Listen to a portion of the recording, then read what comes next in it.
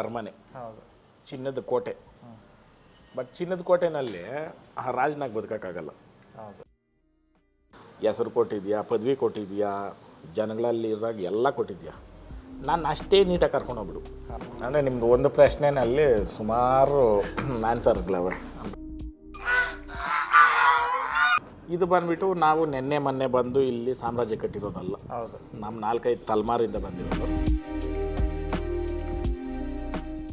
ಕೆಲವ್ರು ಹೇಳ್ತಾರೆ ಅವ್ರು ನಾವು ರೈತರೇ ಅಲ್ಲ, ಇದೇ ಅಲ್ಲ ಅಂತ.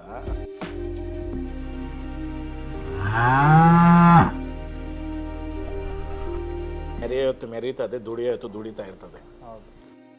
ಇದು ನನ್ನ ರಾಜ್ಯ, ಇದನ್ನು ಕಟ್ಟ ಅಷ್ಟೊತ್ತಿಗೆ ಈ ರಾಜ್ಯದಲ್ಲಿ ನಾನೇ ರಾಜನು. ಹೌದು.